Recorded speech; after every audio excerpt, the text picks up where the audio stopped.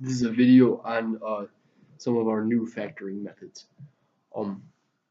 If you'd like to pause the video and try the problem like we did in class today, you can go ahead and do that. Otherwise, I'm going to go ahead and get started. So, we're using a factor 2x squared plus 11x plus 12. When I look at this expression, I can't factor by just looking at the factors of c because a is not 1. So I'm going to have to use what's called the AC method. So, step 1. We are going to multiply a and c.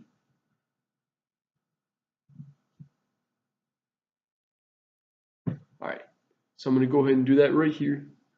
A times c is 2 times 12, which is 24. Alright, step 2. Find the factors of AC, or this number you just found. Find factors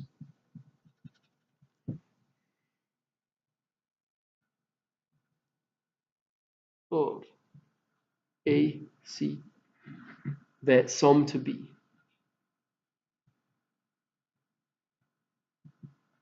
And our B term here is 11. So A times C was 24. The factors of 24 that add up to 11 are 3 and 8. Because 3 times 8 is 24, 3 plus 8 is 11. So now let's go to step 3. Replace or rewrite expression, or rewrite B term with these factors.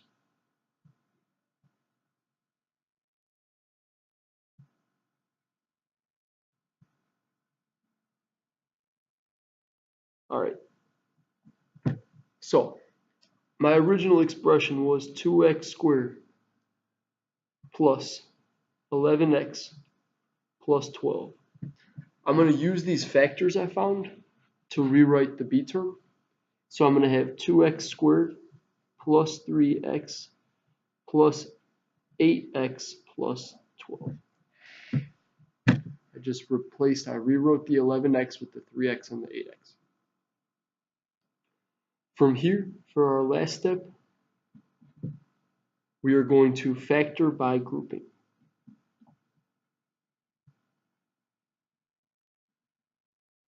Alright, so I'm going to have the 2x squared plus 3x plus 8x plus 12. And I'm going to group it into two sets of 2. I'm going to group these terms together, and I'm going to group these terms together. When I group, I look for greatest common factors. The greatest common factor of 2x squared and 3x is x. When I divide out x, I'm left with 2x plus 3. The greatest common factor of 8x and 12 is 4, and I'm left with 2x plus 3. From here, I can factor out a 2x plus 3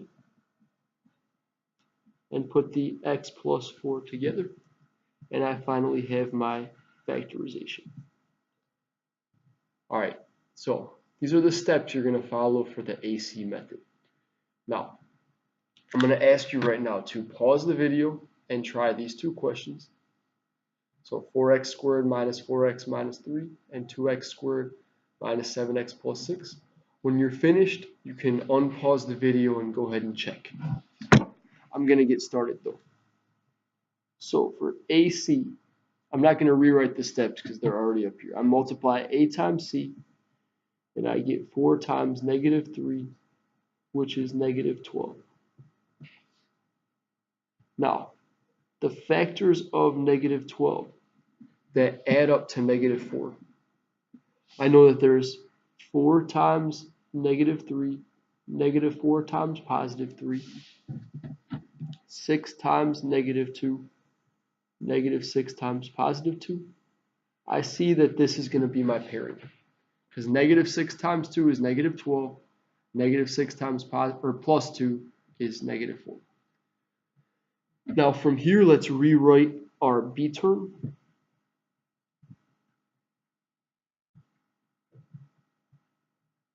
with the negative 6 and the positive 2. Let's group. Here I can factor out a 2 and an x, and I'm left with 2x minus 3. Here, there's the only greatest common factor is 1, so I'm left with 2x minus 3. Factor out the 2x minus 3. Put the 2x plus 1 together. All right, here's our final answer. All right, let's move over to the other one. 2x squared minus 7x plus 6. Let's multiply a and c, and I get 12. Now let's find the factors of 12 that add up to negative 7. Well, I know that there's 6 times 2, negative 6 times negative 2 because it's a positive 12, negative 3 and negative 4, positive 3 and positive 4. Well, I already see my factors are going to be negative 3 and negative 4 because they multiply to positive 12 and add to negative 7. Now, let's rewrite our b term in terms of these factors.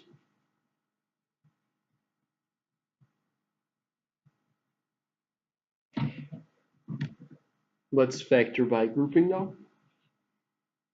Here I see that the first term has an x that's the greatest common factor. I'll have 2x minus 3. Next, my greatest common factor is 2. Now, since I have a negative here, I'm taking a negative 2 out of these terms. Negative 4 divided by negative 2 gives us a positive 2x. 6 divided by negative 2 is a negative 3. Group out the 2x minus 3, put the x minus 2 together, and we are finished.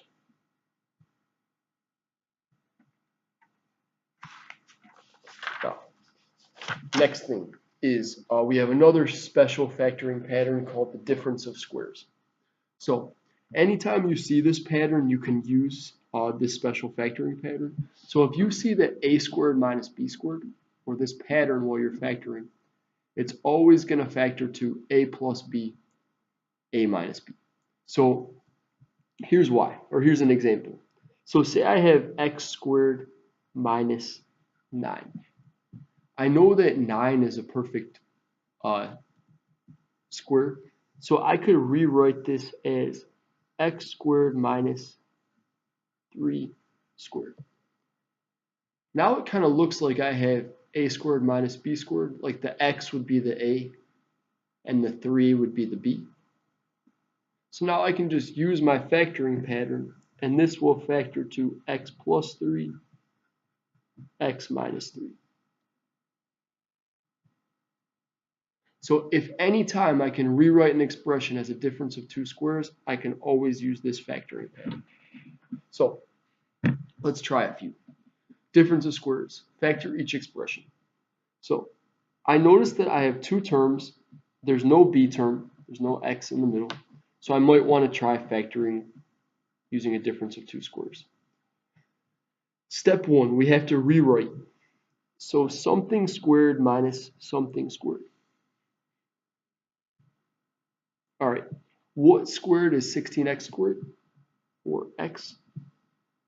What squared is 25? 5. Now I can take this and then rewrite it as the difference of two, or using the factoring pattern. 4x plus 5, 4x minus 5. Let's try the next one. Step 1, rewrite.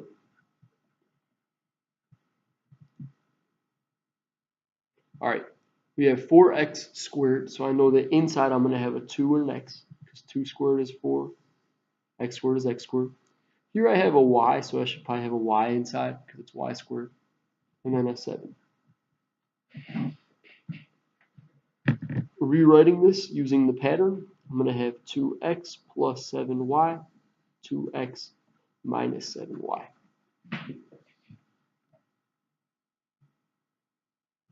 Let's do C. Let's rewrite it. So I'm going to have x squared and 6 squared. So this just becomes x plus 6, x minus 6.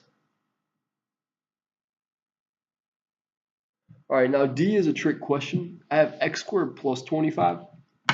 This doesn't work. It's not factorable.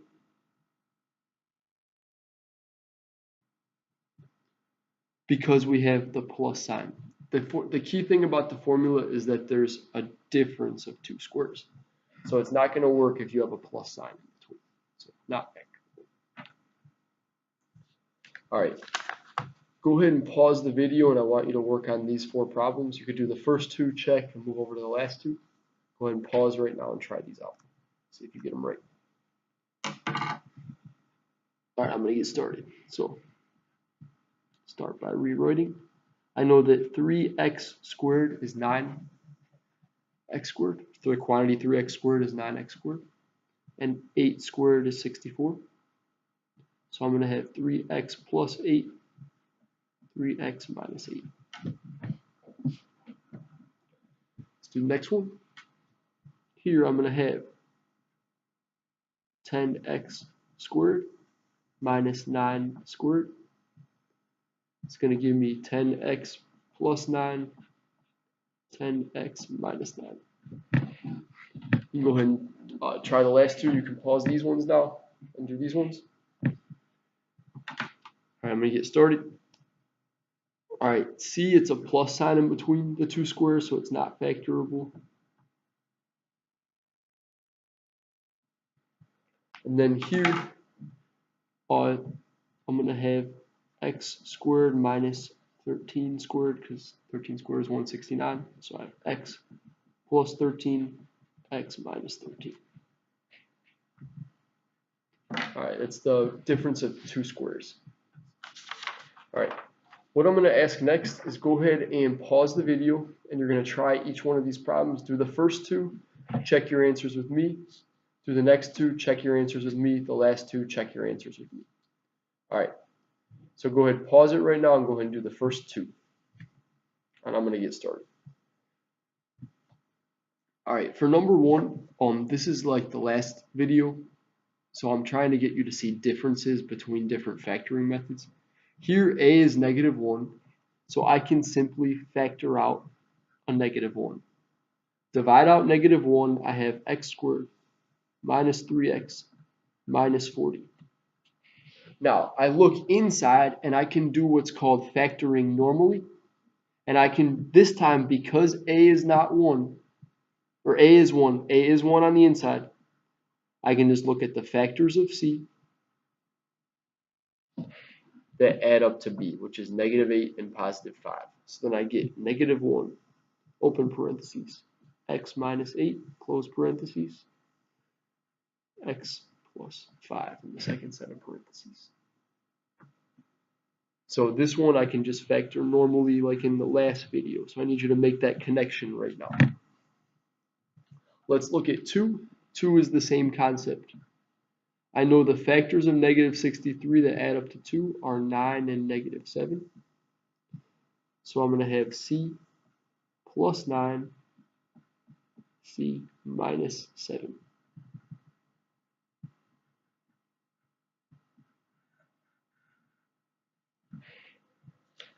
Alright, let's look over here.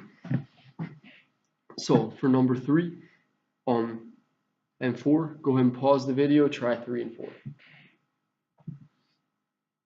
Now, these are different than 1 and 2 because a is not plus or minus 1. So this time, for both 3 and 4, you have to use the AC method.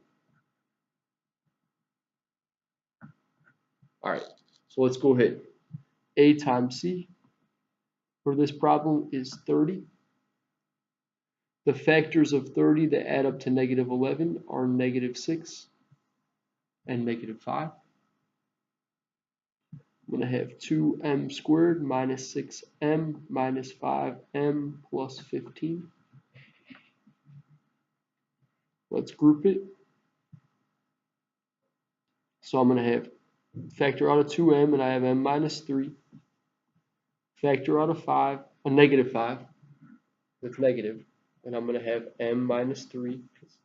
Negative 5 times negative 3 is a positive 15. Group out the m minus 3. I'm going to put the 2m minus 5 together. I'll have my final answer. Alright, let's do the next one. We have to use the AC method here because A is not 1. So I'm going to have A times C is negative 60. The factors of negative 60 that add up to 7 are 12 and negative 5.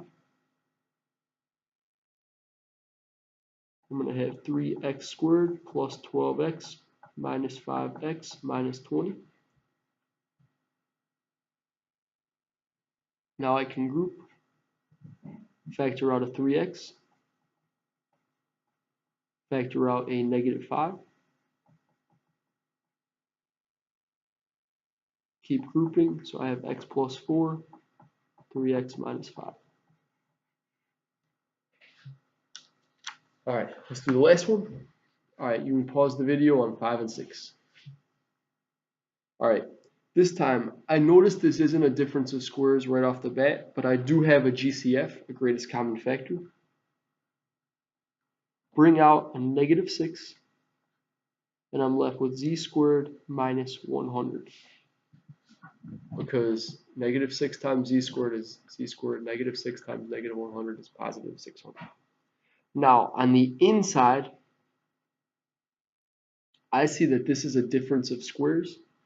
So if I think back to the difference of squares pattern, I'll have z plus 10, z minus 10.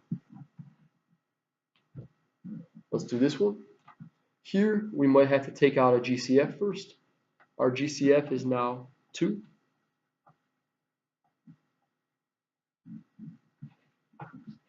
Looking at the inside, I'm going to have, when I look at 9z squared minus 4, that's 3z squared minus 2 squared. So it's going to factor 2, 3z minus 2, 3z plus 2. Here's our factorization. Alright, and then we should have boxed our answer over here too. Alright, this concludes the video on a review of factoring methods.